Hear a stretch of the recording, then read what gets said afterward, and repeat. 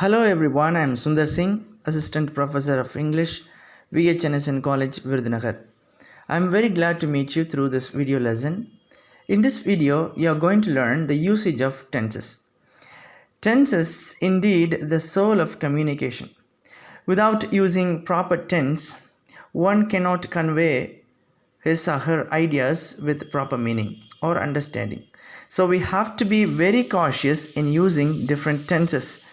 Totally there are 12 tenses, but I am going to deal with only 4 tenses. They are present tense, present continuous tense, present perfect tense, and present perfect continuous tense.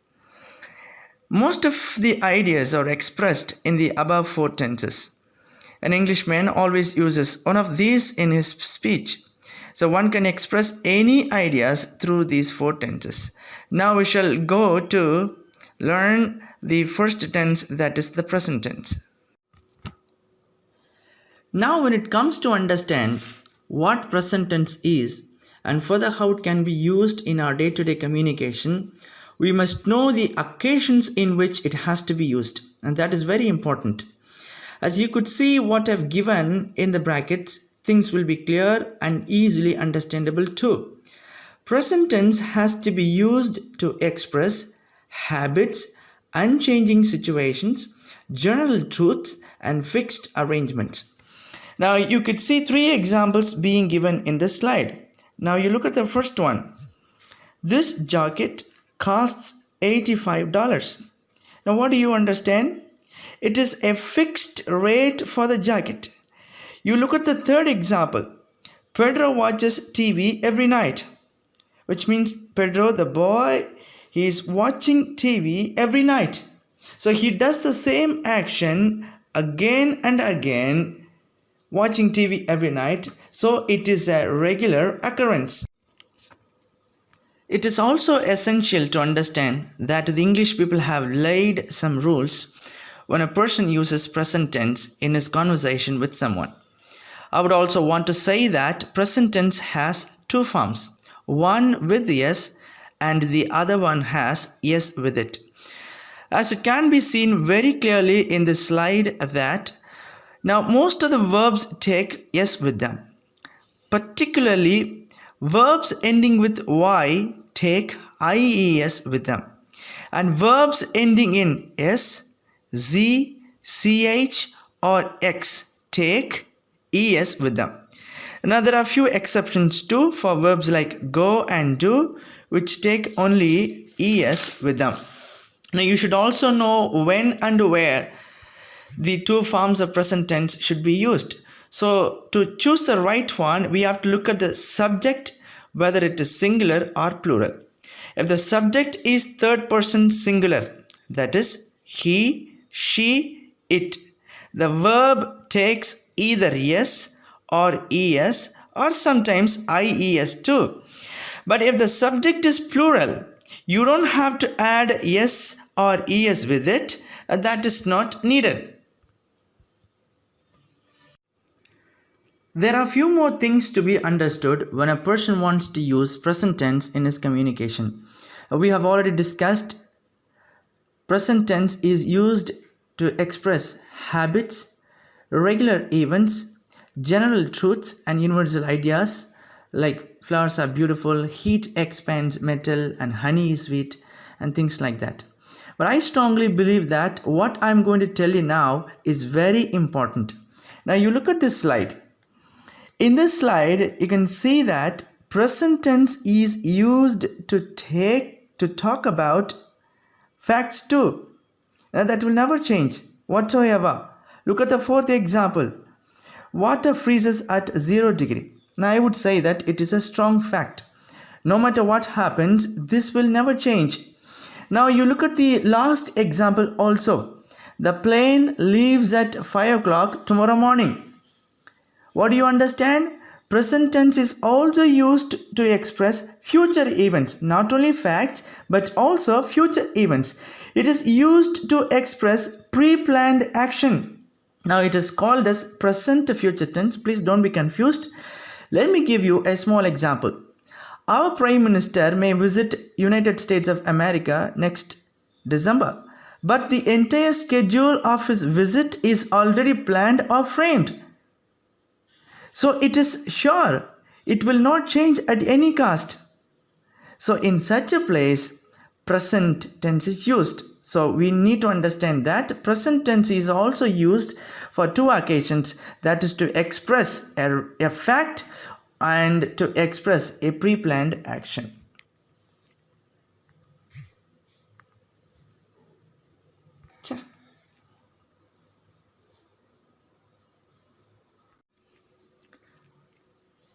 I would like to talk about the keywords of present tense also, and it is all time expressions, and this will help you a lot when you start communicating. Now look at the keywords in this slide, like every day, every month, every year, once a day, in the morning, in the evening, in the afternoon, on Monday, on Thursday, and etc.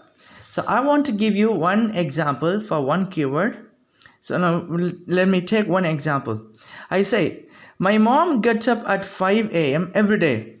The word every day refers to her habit. So when you find the keyword every day, you can come to a conclusion that the sentence is in present tense. And that is why knowing the keywords of present tense is mandatory if you are a beginner of learning the English language.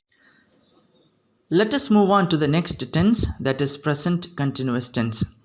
Now, as a matter of fact, this is not very difficult to understand how present tense has to be used in our day-to-day conversation. It is quite easy, and many of you might be using it already in your day-to-day communication.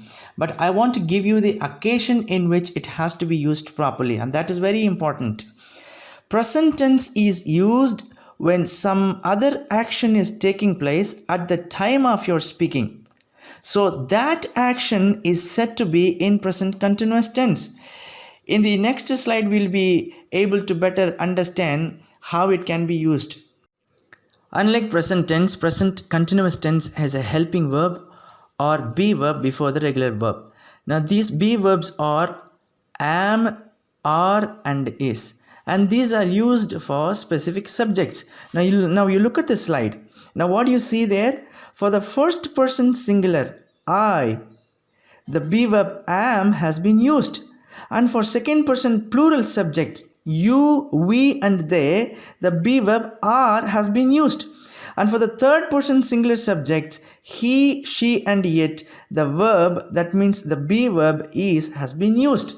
Now this is very important. You need to know it. You can never say I drawing a picture. That is wrong. You can only say I am drawing a picture.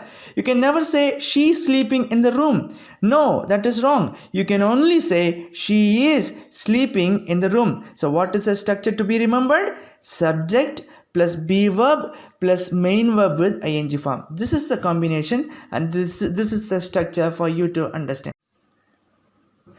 So for present continuous tense, there are two occasions in which the tense has to be used. As I told you earlier on, this tense, present continuous tense, is used when some other action is taking place at the time of your speaking. You look at the example now. Keep quiet. The students are writing the examination. The second one, keep quiet. The child is sleeping. I'm also going to read the third example. Don't make a noise, for our father is praying. So you're telling this when the action is taking place. So that is why it is said to be in present continuous tense. You look at the second occasion also. What is the second occasion in which the tense has to be used? This has to be used for pre-planned action or scheduled actions or framed actions. You look at the example. We are going to Madurai tomorrow. Second one. He is celebrating his birthday next week. Now what do you understand here? He is not going to Madurai today or after some time. He is going to Madurai only tomorrow. But he is going to Madurai for sure. It is not going to change. It is a pre-planned action. The action is already planned or it is scheduled in his calendar. So this is to be used in present continuous tense. So two occasions I have given you. Pre-planned action and then the action is taking place at the time of your speaking. Let us now move on to the next one, that is present perfect tense. It is very important to know the structure and the practical application of this tense. This tense has got two forms, namely have and has, which are called as helping verbs also. So the subjects I, we, you and they take the helping verb have. But the subject he, she and it take the helping verb has. But when we use the main verb or the action verb, it must be in the past participle form. So you need to understand that the verbs given in the slide, look at it, decided, finished, lost, chosen and gone are in the past participle form. So this is the structure: subject plus helping verb and past participle form of the main verb. Now we will learn the occasions in which this tense, that is present perfect tense, should be used. There are three occasions. We will see them one by one. The first occasion, we use this tense when actions completed but still it is in our memory. For example, you visited Ooty some 5 years ago, but you still remember whatever you have seen there. They are still fresh and green in your memory. You have not forgotten it. So this action, this past action is still in your memory. So in this situation or in this occasion, present perfect tense should be used. So I have given you two examples here. Read them. I have visited Ooty. The second one, I have seen you somewhere. In these two sentences, it is a past action once again, but still it is in your memory. You have not forgotten it. So in this particular occasion or situation, this particular tense, present perfect tense, should be used. We will look at the second occasion in which the present perfect tense should be used. Remember this: to express an action completed just a while ago or just a short while ago. For example, somebody may come and want to visit your father, but then your dad went out a few minutes before. கொஞ்ச நேரத்துக்கு முன்னால. So in this occasion, present perfect tense should be used. Look at the example. My dad has just gone out. The second one, they have recently bought a car. இப்போதான் கொஞ்ச நாளைக்கு முன்னால அந்த car வாங்கியிருக்கிறாங்க. So in this occasion, present perfect tense should be used. Remember this: just a short while ago or few minutes before. Let us learn or know the third occasion in which this present perfect tense should be used. Listen to me very carefully. You have already started an action, but it is not yet completed.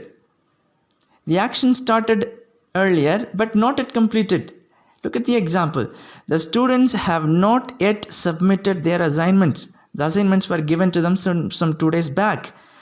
They are writing, but still they have not done the work or completed, submitting their assignments. So in such an occasion, this particular tense has to be used. There are few keywords for this tense, which you can see at the top. Now let me read them for you. The keywords are already, just, recently, lately, not yet, never and ever. So when you find any one of these keywords in a sentence, you need to remember that the sentence is in present perfect tense. And you must also learn how to make a question by using present perfect tense, and that is equally important too. Look at the example I have given below. Have you bought a new car? Here the question begins with a helping verb have, followed by the subject and the past participle form of the main verb or the action verb. So this is the question structure for present perfect tense. Have you bought a new car? The fourth tense we are going to learn now is present perfect continuous tense. This particular tense is used to talk about an action or actions that started in the past and continued until recently or that continue into the future. Now let me simplify it for you. An action started in the past but still it goes on without any end. This is said to be in present perfect continuous tense. It has got two forms. Like other tenses, it has got two forms, namely have been and has been used with the action verb plus ing form. So any continuous tense will have ing form, and you know it, I need not tell you. But you should also know which subject takes one of these two forms. But this slide will help you understand the structure as it is beautifully given in the table. The subjects I, we, you and they take have been plus verb plus ing, and the subjects he, she and it take has been plus verb plus ing. So these are the two forms. Knowing more of examples will help you have a deeper understanding of this tense. So I have given you two examples in this slide. First one is, my brother has been working in the United States of America since 2010. The second one, it has been raining for 12 hours. Now if you look at both the sentences, you can find two things. One is since 2010 and the second one is for 12 hours. So the year 2010 refers to a past action. What do you understand? He started working in the United States some 10 years before. He started working in 2010, but still he is working there. He has not stopped working, or he has not gone to another place. He is still working in the United States only. Look at the second one. It has been raining for 12 hours. What do you understand?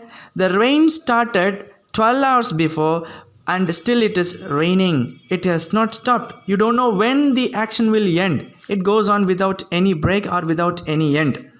And one more thing you need to remember. What do you need to remember? The word since denotes point of time, and the word for denotes period of time. Dear students, I have taught you 4 tenses in this entire video lesson. I hope you have benefited out of this. Hope I will join you once again with a few more video lessons, and wish you all the best. Thank you for watching.